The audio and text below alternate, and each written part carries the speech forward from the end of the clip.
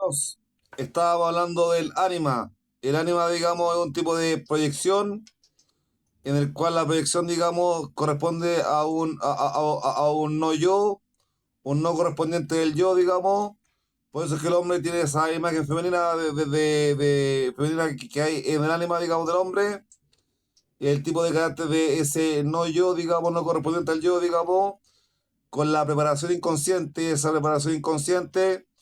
de la conciencia, de la percepción sensorial. Claramente ahí tenemos que en el fondo hay un tipo de cabida en la cual se hace que se tenga esa cabida, digamos, y se hacen actos de introyección, digamos, y ahí va dándose cabida, digamos, el tipo del ánima, digamos. El ánima también puede ser un tipo de autorotismo, digamos, y el tipo de autorotismo viene dándose ese autorotismo en el fondo que el autorotismo viene siendo que hay un tipo de hay un tipo de de revestimiento libidinal y ese revestimiento de energía libidinal o revestimiento libidinal se va al yo y claramente al momento de irse al yo, ese tipo de yo va y se pone como objeto externo, lo cual claramente ahí tenemos que en el fondo se pone como objeto externo, digamos, dando un autorotismo y según el tipo de de los rasgos, digamos, y lo que es la identificación de rasgos, digamos, que uno puede tener con alguien, y la identificación de rasgos que uno pueda tener con alguien, digamos, claramente esa identificación de rasgos que uno pueda tener con alguien, se va dando que puede ser como un alter ego, digamos, exactamente un tipo de alter ego, y en el fondo ese tipo de alter ego, digamos, puede dar cabida que sea bastante junguiano el alter ego, pero claramente da cabida que sea simplemente un tipo de revestimiento original, digamos, puesto al yo, digamos, como un tipo de, que va como tipo de objeto externo, digamos, pero además de eso, digamos, tenemos la religiosidad, la representación religiosa, digamos, y las representaciones religiosas, digamos, se van dando que en el fondo esas representaciones religiosas, digamos, van teniendo que, en el fondo, que se van teniendo que esas representaciones religiosas se van dando,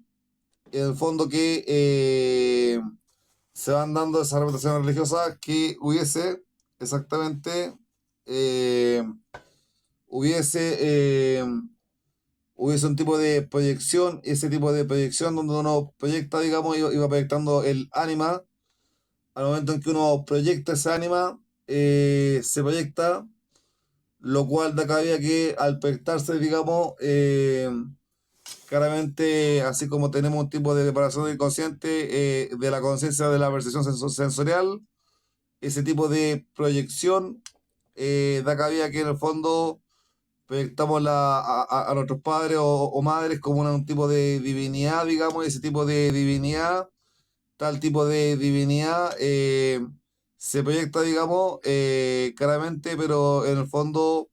claramente el carácter del ánima, digamos, del hombre,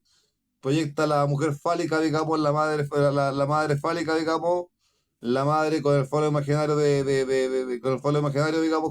claramente la mujer fálica en lo que es el arquetipo del ánima, y claramente la mujer fálica, digamos, claramente se proyecta, digamos, en divinidades, digamos, de tipo de ánima, de lo que de lo que realmente el ánima del hombre, digamos, lo femenino del hombre, y claramente es ahí donde claramente esa proyección, digamos, pasa inconsciente y pasa como un proceso automático inconsciente que se hace transferencia con el objeto y se hace transferencia con el objeto, digamos, lo cual se va al tipo de una resistencia que se suprime, digamos, de esa imagen divina que hay entre el padre y la madre, digamos, y ese tipo de padre y madre divinizado, digamos, pasan como un tipo de cártel de una resistencia de un tipo de represión que lo de un tipo de represión por una resistencia.